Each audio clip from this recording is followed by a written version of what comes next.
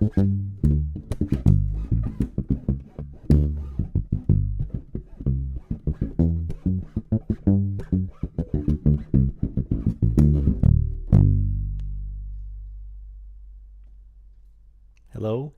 fellow bass players.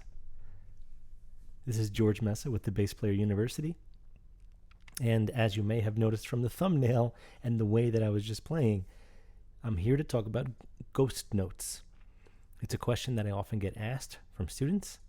It's a topic I often have to introduce earlier than expected for many students because they're getting very good and they do them by accident.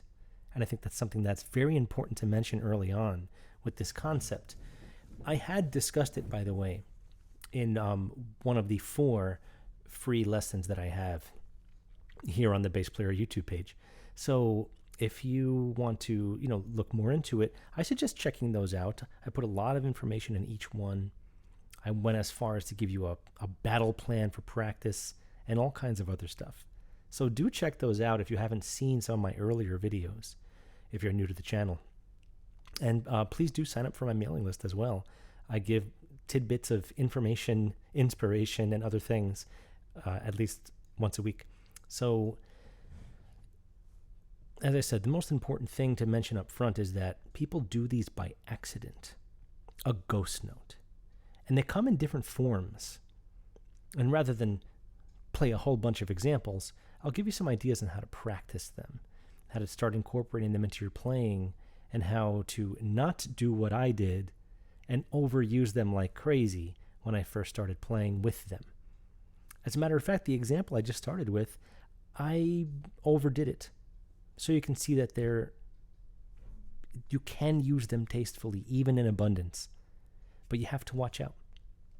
What wasn't part of what I just did was a drummer. Ghost notes can accentuate your line in a way as if there was a drummer present. It allows you to be more percussive without slapping, as a matter of fact. And you do end up doing lots of ghost notes when you slap, as a matter of fact. We get a lot of this, where I didn't play every note, but plenty of ghost notes. And a lot of, you can pop a ghost note too. There's a lot of ways that you can do ghost notes. But I think the primary use and the best way to learn about them and to practice them is, of course, first get them down, how to do them, and then use them in a scale. So when you are ghost noting, and you may also have noticed I had a lot of string noise. I didn't really set my tone to get rid of the highs. And it's also coming through here, even without volume on my bass. And you're going to hear it through my microphone, right?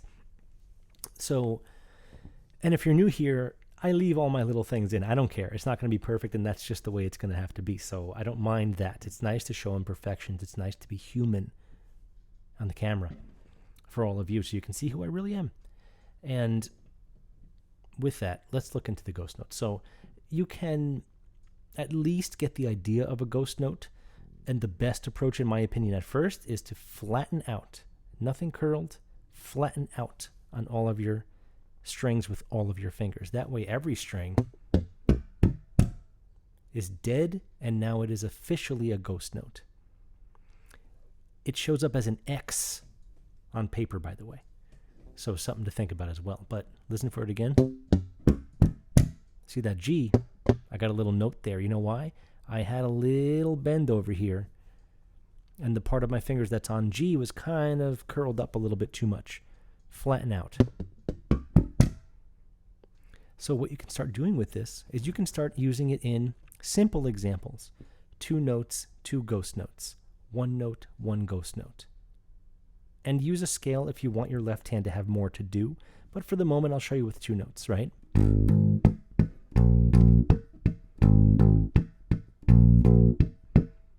Now, I am actually plucking more than I have to. I really am. I am giving it as much bite as I can. But you don't have to. And if you're going to take the Jocko approach, because he was, of course, amazing at this, amazing is an understatement, I would say, he often played back by the bridge. And back by the bridge, your string has less give than it does here. And even though ghost notes are very achievable from here, I think you'll get a tighter, more percussive ghost note at the back, by the bridge, where you pluck can change your tone in big ways.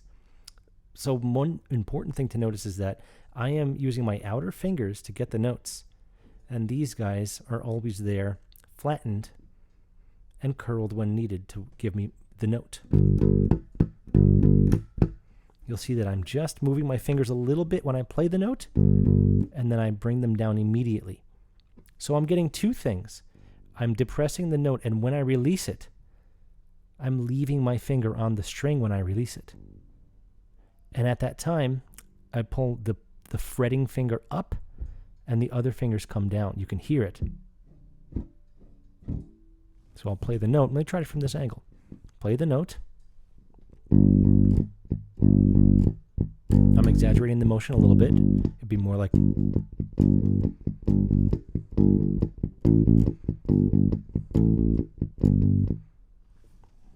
Hopefully that view gives you a better idea of how I personally approach most ghost notes. This works on guitar too. You can have a full chord and maybe your pinky's waiting for, the extra stuff that you're trying to get rid of. Chucking, as it may be called on guitar. But we're not playing guitar. We're playing bass guitar. So keep that in mind. You can use any finger for this, but if you just use one finger for your ghost note, particularly at frets that tend to be more rich harmonically, and I mean overtones, partials of the harmonic series that comes with a note, you can hear that harmonic. If you use one finger to do what I was just doing, it's not nearly as effective.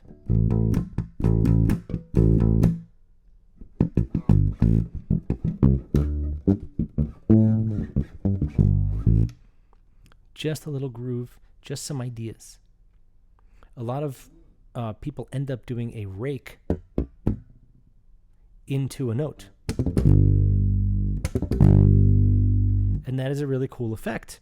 You can get all kinds of different tones and rhythms out of that, so experiment and see what you come up with. But if you're just getting into this, my suggestion is play a scale. Note, ghost note. Note, ghost note.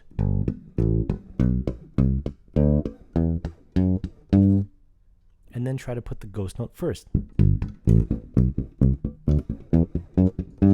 Find out which one's the most comfortable for you and do the other one way more. This is always a good idea when you're practicing. It'll give you something to push for, it'll give you something to achieve, and it'll give you something extra to add to your practice session. If you're already doing scales very well, if you can spell your scale very quickly, D flat, D flat, F, G flat, A flat, D flat, C, D flat. If you're spelling scales as quickly as you're playing them, add some ghost notes. There's plenty of other things to do, but try this. Add some rhythm and make sure you're not doing them by accident. Make sure that you're doing them on purpose. It's very easy to get accidental ghost notes and play it off like you meant it. When you're in control of your ghost notes, you'll feel more confident. You'll probably obtain better rhythm right away, because I think a big fault of beginners is they get a lot of extra string noise they don't want. They get a lot of extra overall noise that they don't want. And they might do things that sound cool, but it's by accident. And they're not sure where, if it's not some theoretical idea. Then you can speed it up. And now we have a nice way to practice ghost notes with a scale. We have something to use. That's not just your typical funk bass line. I used it in metal all the time, by the way. It works for folk. It works for country. It works for reggae. It works for Latin American. Anything you can possibly name, ghost notes will fit. Now, it depends on what kind of metal you're playing. Sometimes when the sound is that full, when the texture is that pronounced where it's taking up the entire sonic spectrum, maybe a ghost note is harder to find in the sound. If you match it perfectly with a bass drum hit, sometimes that's hard to hear too. And don't forget, my tone is set for the back pickup. I'm going to go to the front pickup now. I'm going to set my bass higher. I'm going to kill my highs completely and put my mids at middle. Now I have more of an upright tone. You can definitely still do ghost notes.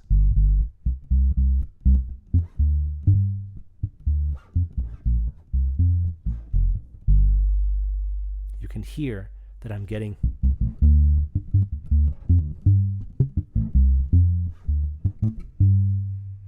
clearly still getting ghost notes. But they don't have the percussive push and spike that the back pickup one will have. So keep all of these things in mind when you're working on ghost notes and introducing them into your playing. Because as a lot of students of mine have reported, once they start thinking about them and working on them, they suddenly start hearing them in other bass lines. Like, oh, it's been there all along. And this video will be excluding use of the pick, because it happened all the time with pick playing too. So next time you pick up your bass, whether you've done it before or not, focus on ghost notes. I think they are a very not spooky way to get yourself trying new things and experimenting with space